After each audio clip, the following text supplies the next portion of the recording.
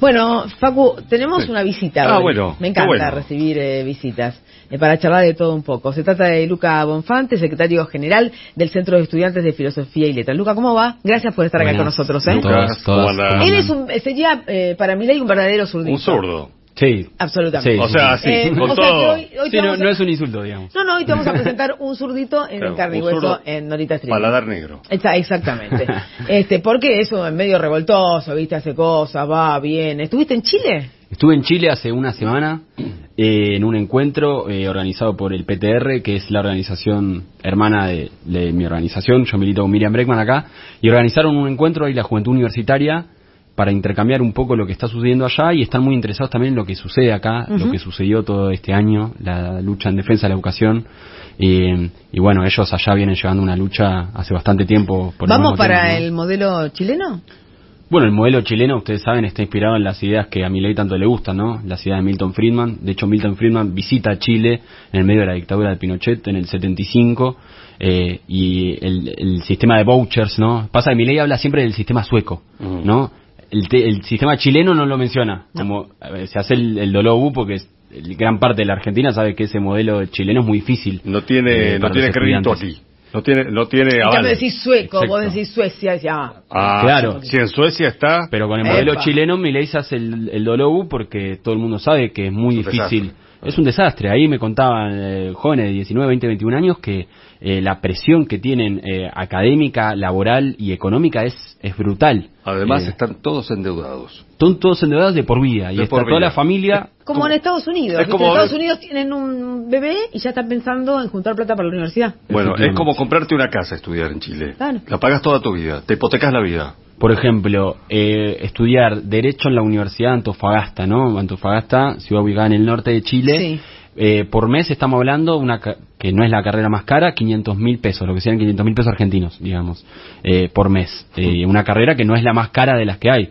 Imagínense a los ingresos, digamos, que ya tenemos, de servicio, tarifario, boleto, agregarle los 500. Agregarle una tarifa de esa envergadura. ¿Qué pasa si te endeudas? El banco es el que te presta la plata, ¿verdad? El banco hace préstamos. Claro. Y también hay becas de gratuidad que pueden acceder, digamos, el 1%. Un sector reducido. El tema es que si en esa beca vos te demorás por algún motivo, porque capaz se te murió un familiar o tenés que trabajar o lo que sea, ¿te la sacan? Te la sacan y tenés que pagarte. Entonces se hace una bola de nieve, porque ¿quiénes acceden a la beca? Los que laburan, ¿no? Pero los que laburan tienen que seguir laburando. Entonces, si laburás, te demorás en la carrera, y si te demorás en la carrera, se te acaba la beca. Entonces es un sistema donde hace que solo unos pocos puedan estudiar. Así que ese intercambio allá estuvo muy, pero muy interesante. ¿Y vamos a eso, como dice Rosario, acá? ¿Vos crees? Bueno, a ver, el objetivo de máxima de Milei puede ser que sea ese. Ahora, a lo largo de este año vimos que tuvo un montón de dificultades para poder llevarlo a cabo. De hecho, arrancamos el año con el gobierno que tenía la determinación de liquidar a la universidad de un solo golpe,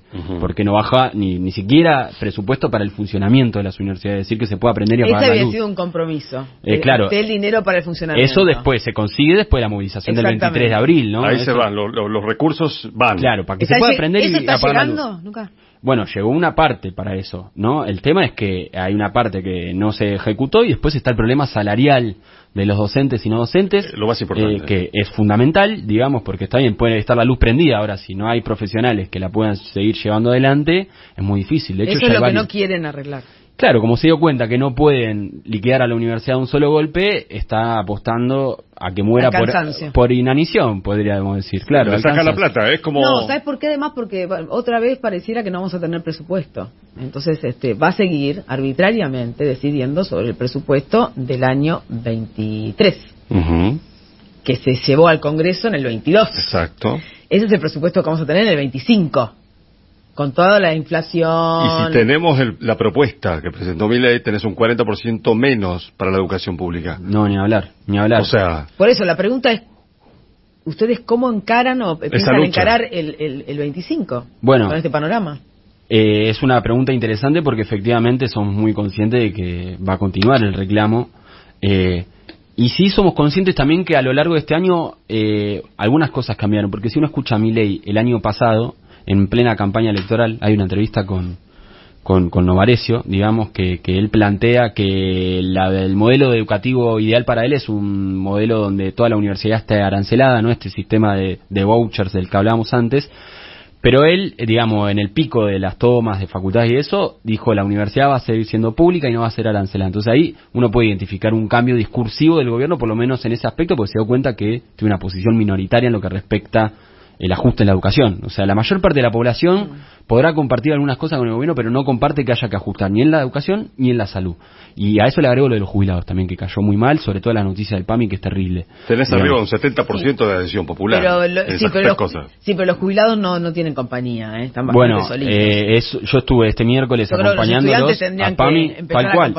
Este miércoles estuvimos en el PAMI acompañándolos, también la misma situación que sucede todos los miércoles, donde va la policía a reprimirlos, y efectivamente hay que coordinar reclamos, pero bueno, la pelea por la educación, este año dimos algunos pasos. Yo creo que estamos en el medio de la disputa por la opinión pública. El gobierno sabe que, como la gran parte de la población no opina que hay que ajustar la educación, está apostando a deslegitimarla. Entonces ahí larga campañas, auditorías, larga campaña que hay que arancelarla hacia los extranjeros.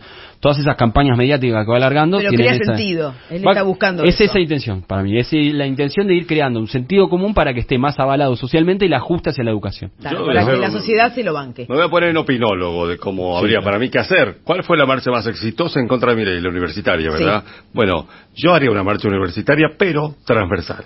Sí. Como que haría a los jubilados, como que haría a todos los sectores sociales, pero coordinado solamente por eso es lo que pareciera, eso no pasa. Eso es lo que pareciera que muchos sectores no quieren. ¿Por qué? Y bueno, no sé, vos fíjate, la CGT no está acompañando. Pero ni parte paro, de la CGT, convocar los gremios que sí hablamos quieren. De las conducciones, de lo que hoy es la CGT. Está bien, pero los jubilados, los gremios que sí están, la CTA, armemos una marcha en contra de este gobierno, no digo para ni voltearlo ni nada, pero sigue sus políticas. Porque, al parecer, las marchas son todas atomizadas. Lo que pasa es que la marcha universitaria tuvo también una espontaneidad muy fuerte. Sí. Más allá de que los chicos, los estudiantes, la comunidad educativa, dijo, bueno, tenemos que mostrar que esto no lo podemos permitir. La sociedad argentina dijo, esto no lo vamos a permitir. Sí, que a eso me refería. Es que para mí hubo distintos momentos también, ¿no? Porque uno ve el 23 de abril, que la movilización fue de las más importantes de los últimos 30 años. Después estuvo la del 2 de octubre, digamos, la del 23 de abril consigue el presupuesto de funcionamiento, ¿no? La del 2 de octubre estaba centrada en el reclamo salarial, y después hay un antes y un después de que se sostiene el veto en el Congreso, el 8 de octubre, digamos, de forma escandalosa, con métodos similares a los que tiene este senador. Manelco. Efectivamente, con métodos similares. Entonces, eso también es un buen debate, la legitimidad de lo que saca el Congreso si se maneja de esta forma, ¿no? Pero lo que sucede después de que se sostiene el veto es que entra en la escena un sujeto que no venía apareciendo, que es el movimiento estudiantil con sus propios métodos, ¿no? Las movilizaciones anteriores era la comunidad universitaria de conjunto, estaban las autoridades también universitarias, y yo opino sí que el año debería haber terminado con una tercera marcha federal educativa en todo el país, buscando combinarlo ¿Y por qué crees que no se con pudo otras hacer? luchas? Y yo creo que ahí hubo una decisión política, ¿no? Por parte de las autoridades y parte de algunos gremios también, digamos, sindicales, incluso yo lo escuché al titular del Consejo Interuniversitario Nacional, ¿no? Del CIN, Moriñigo, Víctor Moriñigo se llama, diciendo que, bueno, la pelea esto lo dijo en octubre, en el momento donde había más tomas, no estamos hablando ya de un momento donde vacaciones como ahora. En el momento pico, él dijo, bueno, este año ya está, hay que concentrarse en el presupuesto 2025, que además no hay presupuesto, o sea, vemos el año que viene. Y además dijo que las tomas son impulsadas por un sector reducido de estudiantes de izquierda, digamos. Entonces, yo lo escuchaba al titular del CIN, escuchaba a algunos decanos que decían, no, ahora hay que hacer clases virtuales saboteando las tomas. Digamos, decía, che, loco, estábamos peleando en defensa del presupuesto y los salarios de los docentes y no docentes, y ahora por la rosca tuya que haces a espalda de la comunidad educativa, levantás el conflicto. Porque en última instancia lo que sucede es eso, porque las autoridades también responden al radicalismo, algunos sectores también del peronismo, digamos, del interior, de las provincias, los tucumanos, ¿no? O sea, ahí creo que se combinó esa situación donde un sector dijo, bueno, este año ya hicimos 2 movilizaciones, nos vamos de vacaciones, el año que viene vemos, ¿no? Claro, tremendo. Es terrible porque lo que está pasando en la sociedad es que hay un ataque hacia todo lo popular, hacia lo comunitario y hacia los sectores eternamente postergados.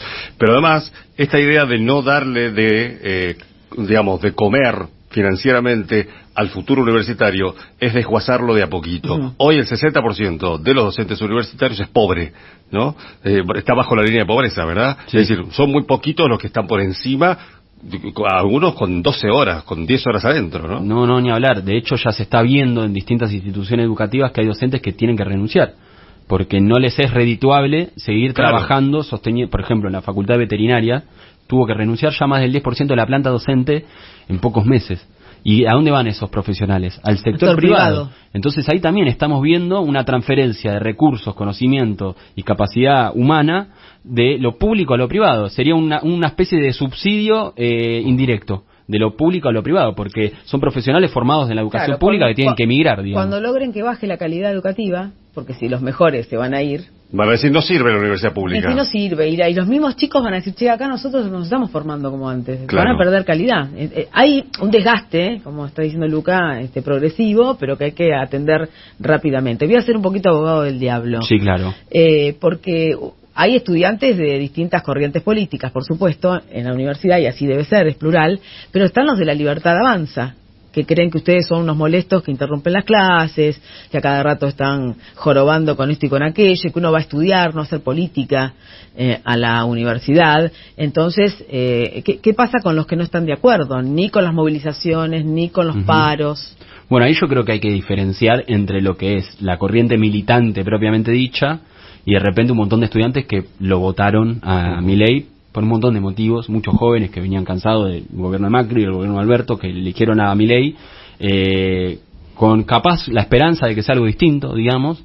Ahora, en términos de corriente militante, este año, hace pocas semanas, terminaron de haber elecciones en la mayor parte de las universidades. Hubo elecciones en la UBA en septiembre, hubo en La Plata hace poco, hubo en la Universidad Nacional de Comahue, allá en Río Negro y Neuquén.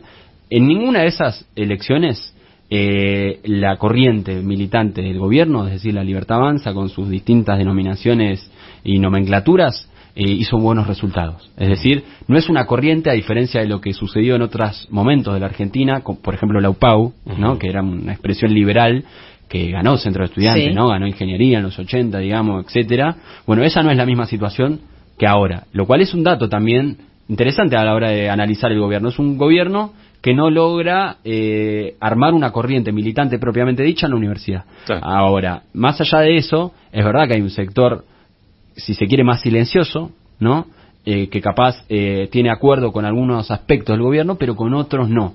Y yo ahí me crucé estudiantes que votaron a Milei, diciéndome que en algunas cosas compartían con el gobierno, pero no en el ajuste en la educación, porque para ellos la es educación un valor no que es la no van a resignar. Efectivamente, y en Argentina hay 2 millones de estudiantes universitarios. Y te pregunto, Luca, ¿qué pasa con los provocadores, como sucedió en Quilmes?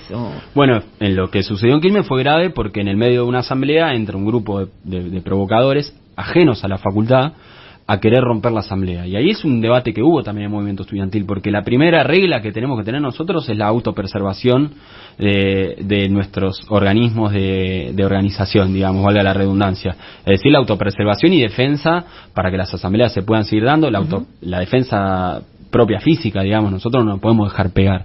Ahora, tampoco podemos entrar en provocaciones, que es lo que buscan permanentemente ellos, ¿no? A lo Fran Fijap, que bueno, estos días estuvo haciendo noticia por distintos... Con Beliboni, ¿no? Con Beliboni, claro. ¿Cuál es el modus operandi? Lo insulta a Beliboni y le dice de todo y claro, el modus operandi... Bueno, busca que vos reacciones. Claro. En última instancia... Y termina diciendo que lo agredió. Exactamente. Entonces, ellos montan esa provocación para que uno vaya después y les pegue. Entonces, uno tiene que autopreservarse y defender, digamos, las asambleas, defender las comisiones de base, etcétera. Ahora te hago una pregunta, sin entrar en provocaciones, ¿no? Como militante, como observador, como estudiante, porque uno lo que está viendo es que durante el gobierno, el último, por ejemplo, el de Alberto Fernández, la calle estaba constantemente con reclamo, con corte, con paros, las organizaciones sociales iban una vez por semana o a veces 2 frente al Ministerio de Desarrollo Social. Eso no está pasando. Sin embargo, pues hablas con los comedores y te dicen no estamos recibiendo la comida. Y hablas con los jubilados y van a las iglesias a buscar una bandejita de arroz para poder soportar porque no les alcanza la plata. Sin embargo, no está esa expresión. ¿Qué pasa? Hay conducciones que están no del todo blancas en el sentido de poder decir nosotros no tenemos nada que ocultar, y entonces el gobierno utiliza eso que sabe para que esas conducciones no puedan llegar a la calle con la movilización. ¿O por qué se apaga eso? Yo creo que es una combinación de elementos pero creo que lo primero que hay que mencionar ahí es el protocolo Bullrich, ¿no? Contra la protesta social, que es algo ¿Hay miedo entonces a que la policía te pegue? Y a ver, salvo los jubilados, digamos, que se la recontra rebancan, el gobierno... Es increíble, los únicos son los jubilados. No, salvo los jubilados admiro. Que se la recontra rebancan, me encantó. Es que yo los veo y los admiro profundamente, digamos. Gente que es... es admirable la capacidad de resistencia que tienen. Ahora, el protocolo anti-piquete, anti-Bullrich, que es una cosa inédita a nivel internacional, porque cualquier movilización, protesta social en cualquier parte del mundo se da en la calle, digamos, ¿no? Entonces, ellos hicieron de el no cortar la calle una bandera, un valor en sí mismo, ¿no? Moral. Un valor moral, ¿no? Después que la sociedad aplaude. Y un sector, sí, efectivamente. Entonces, yo creo que eso influyó y influye. Y también influye, efectivamente, cuando hay algunas conducciones sindicales, incluso algunas organizaciones sociales, que se pliegan de forma poco crítica a todo eso. Por ejemplo, hemos visto las movilizaciones más importantes de la ley Bases, cuando fue la ley base que se trató, y la verdad que ahí hubiese estado bueno que haya más acompañamiento, porque ya vimos que cuando somos muchos, el protocolo no existe. De hecho, las movilizaciones universitarias no había un solo policía. No.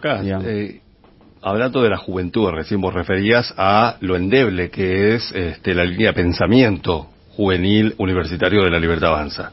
¿Qué pasa con la izquierda? Porque parece ser que tienen núcleos muy contundentes por ahí en universidades o en algunos sectores sociales, pero ¿no sentís que la juventud de la izquierda ha perdido terreno con la de la ultraderecha?